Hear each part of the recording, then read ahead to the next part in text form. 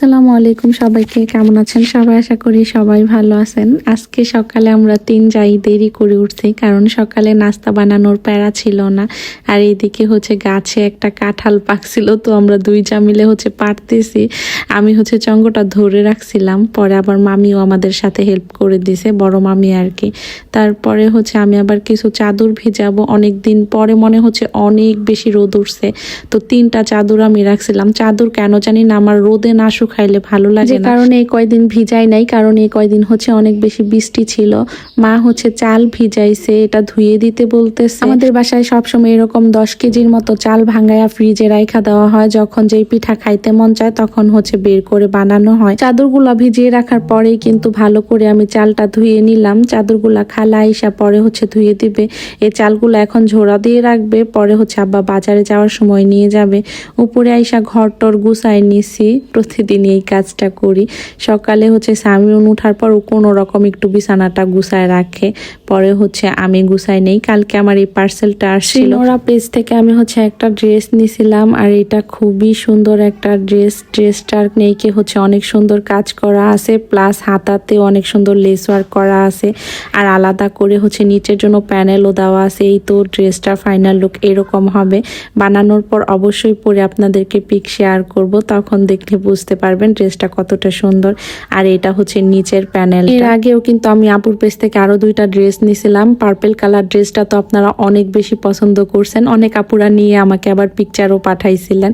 আর ড্রেসের ওড়নাটা অনেক সুন্দর, সাইড দিয়ে কাটওয়ার্কের কাজ করা আছে, আর পুরাটা ডিজিটাল প্রিন্টের মতো, অনেক সুন্দর লাগতেছিল দেখতে। মনে ড্রেসটা পরার পর আরো বেশি ভালো লাগবে, মানে পরার পর বোঝা যাবে ড্রেসের আসল সৌন্দর্যটা। ড্রেসের নিচের সাইডে আর হাতার নিচের সাইডে কিন্তু অনেক সুন্দর ফ্লাওয়ার প্রিন্ট করা আছে, আর এটা ড্রেসের হাতার মধ্যে পড়বে।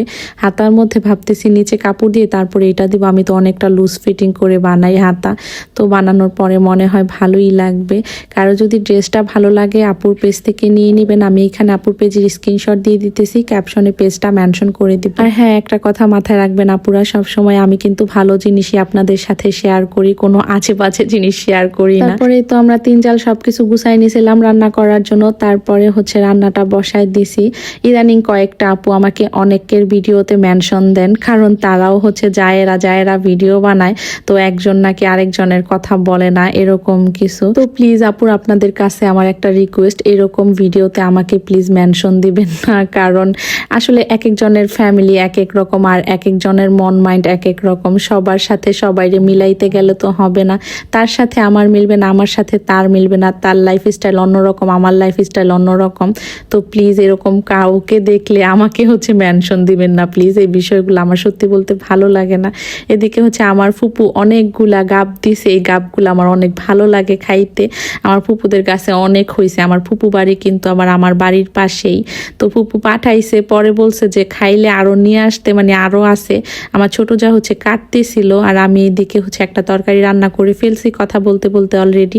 এখানে মুরগির গিলা, কলিজা, পা, পাকনা এগুলা রান্তেছিলাম। তো আমার যা আবার আমার ছিলে দিছিল গাপ, আমি খাইতেছিলাম, রান্না করতেছিলাম। বাহিরে আয়ান, নাইল, সামিউন ওরাও খাইতেছিল। মারও এই গাপগুলো অনেক পছন্দ, মোটামুটি আমাদের বাসার সবারই পছন্দ। আর গাপগুলা মিষ্টিও ছিল। আজকে পেঁপে দিয়ে ডাল দিয়ে রান্না করব, তো ফার্স্টে আমি মশলাটা কষাই নিছি। ভালো করে কষানোর পর ডাল আর পেঁপে দিয়ে তারপরে আবার কষাই নিতেছি, এরপরে কিন্তু ঝোল দিয়ে দিছিলাম। এখন ডালটা নামাই নিছি, বাগার দিয়ে নিব, মানে সিদ্ধ হয়ে গেছিল। বাগারে শুধু রসুন আর শুকনা মরিচ ইউজ করছিলাম, এটা কিন্তু খাইতে অনেক মজা লাগছে। আর এইগুলা কি কেউ খান নাকি জানি না, তবে মায়ের অনেক বেশি পছন্দ, মানে আমার শাশুড়ি অনেক পছন্দ করে। এগুলা মুরগির পুনারি আর ডিম, আমাদের বাসায় আর কেউ খায় না, শুধু মাই খায়। আর আমার ছোট দেবর খাইতো, তবে আমার ছোট দেবর যেহেতু এখন বাসায় নাই, মা একাই খায়। আমার ছোট দেবরের ও মার মতো অনেক বেশি পছন্দ, মানে আমার শাশুড়ি মনে হয় শিখাইছে ভাই আর এগুলা খাওয়া। আব্বা আবার এদিকে বাজার নিয়ে আসছে, আজকে আবার আদা রসুন আনছে অনেকগুলা, সাথে ডিম শেষ হয়ে গেছিল, ডিমও নিয়ে আসছে। তো আমার যা ভাত বসাই দিছিল, ভাতটা বসে আমরা ভাবলাম যে এগুলা কাইটা নেই। আদা রসুন কাটতে অনেক বেশি সময় লাগে। আমরা 1 মাসের আদা রসুন একেবারে ব্লেন্ডার করে তারপরে লবণ দিয়ে ফ্রিজে রেখে দেই, যদিও বা এবার 1 মাস হয় নাই।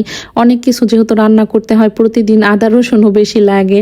আয়ান আর নায়েলও আমাদেরকে হেল্প করতেছে, মানে ওরা রসুন ছিলে দিতেছে। আমি আবার নায়েল জিজ্ঞেস করতেছিলাম, নায়েল কি করো? বলতেছিল কাজ করি, মানে কাজে খুব খুবই বিজি, তারা কথা বলার সময়ও নাই। দেখেন কি সুন্দর করে মাশাআল্লাহ রসুন ছিলতেছে, যদিও বা দুইটাও ছিলে নাই, মানে ছিলা একটু পরই হচ্ছে উঠে চলে গেছে। আর এই কাজটা আমরা হচ্ছে রান্না বান্নার শেষেই হচ্ছে করে নেই প্রতিবারই, কারণ বিকেলে আর ভালো লাগে না বা সন্ধ্যায়ও আর ভালো লাগে না।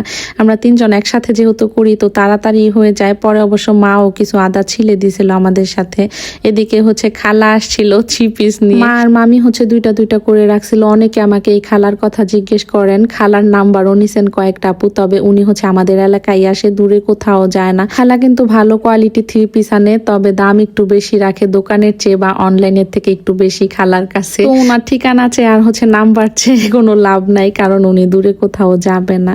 তারপরে তো আমরা ভাত খাইতে বসছি সবাই মিলে, আর আমি আজকে গোসলের আগেই ভাত খেয়ে নিতেছি, এত ক্ষুধা লাগছে। মানে সকালে হচ্ছে খুবই হালকা পাতলা খাবার খাইছিলাম, কালকের যেহেতু অনেক পিঠা ছিল তো আজকে সকালে হচ্ছে কোনো নাস্তা বানাই নাই, কালকের ভাতও ছিল অনেক, তো আমরা হচ্ছে সবাই পিঠাই খাইছিলাম মোটামুটি। আমার যা এখন এগুলার ব্লেন্ডার করে নিতেছে, মানে আদা রসুন গুলা ব্লেন্ডার করে নিতেছে, তারপরে হচ্ছে লবণ দিয়ে দিয়ে হচ্ছে বক্সে ভরে রাখতেছে, এগুলা কিন্তু ডিপ করে রাখা হইব।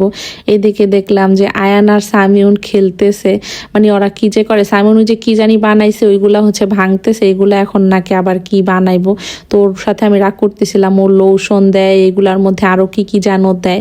অনেকে বলেন আপু সামিউনের সাথে রাগ কইরেন না, ওরে করতে দিয়ে নেই, এগুলা ওর হচ্ছে একটা সেটা ঠিক আছে, তবে ও যে ভালো ভালো জিনিসগুলা নষ্ট করে এটা আমার কাছে মোটেও ভালো লাগে না। এই যে এগুলার মধ্যে যে এখন লোশন দিবে তারপরে আরো কি কি দিবে, ওইগুলা তো ওয়েস্ট হবে তাই না, এর জন্যই হচ্ছে মাঝে মধ্যে আমি ওর সাথে রাগ করি। তো নিষেধ করার পর বলতেছে করবে না, আমি এখন একটা ঘুম দিব। আমি অনেক বড় একটা ঘুম দিছিলাম, ঘুম থেকে উঠে হচ্ছে সামিউন আমাকে বলতেছিল কি আম্মি চলো না কিছু বানায় দাও। আমি বলতেছি না, ডাক্তার তো তেলের জিনিস খাইতে না করছে, এর জন্য ও চানাচুর দিয়ে মুড়ি দিয়ে নিয়ে বসছে, আর আমারে বলতেছিল সাথে খাইতে, ওদের জন্য মায়া হইতেছে, আসলে বানাই দিতে হবে। ভাবছি আর তেলের জিনিসগুলা হচ্ছে সন্ধ্যার নাস্তায় বানাবো না, হালকা পাতলাই কিছু বানাবো। প্রতিদিন না বানাইলে আবার বাচ্চারা মন খারাপ করে। আমাদের আসলে অভ্যাস যেহেতু সন্ধ্যায় নাস্তা কিছু বানাই, এখন অনেক দিন হয়েছে বানানো হয় না, মানে সামিউনের বাবা থাকতে তো বাহির থেকে কিনে আনতো, যে কারণে আর বানানো হইতো না। দেখি আস্তে আস্তে 2-1 দিন পর পর হচ্ছে ওদের একদিন করে কিছু একটা বানাই দিব। তো আজ এ পর্যন্তই, কথা অন্য কোনো ভিডিওতে। সবাই ভালো থাকবেন, আল্লাহ হাফেজ, আসসালামু আলাইকুম।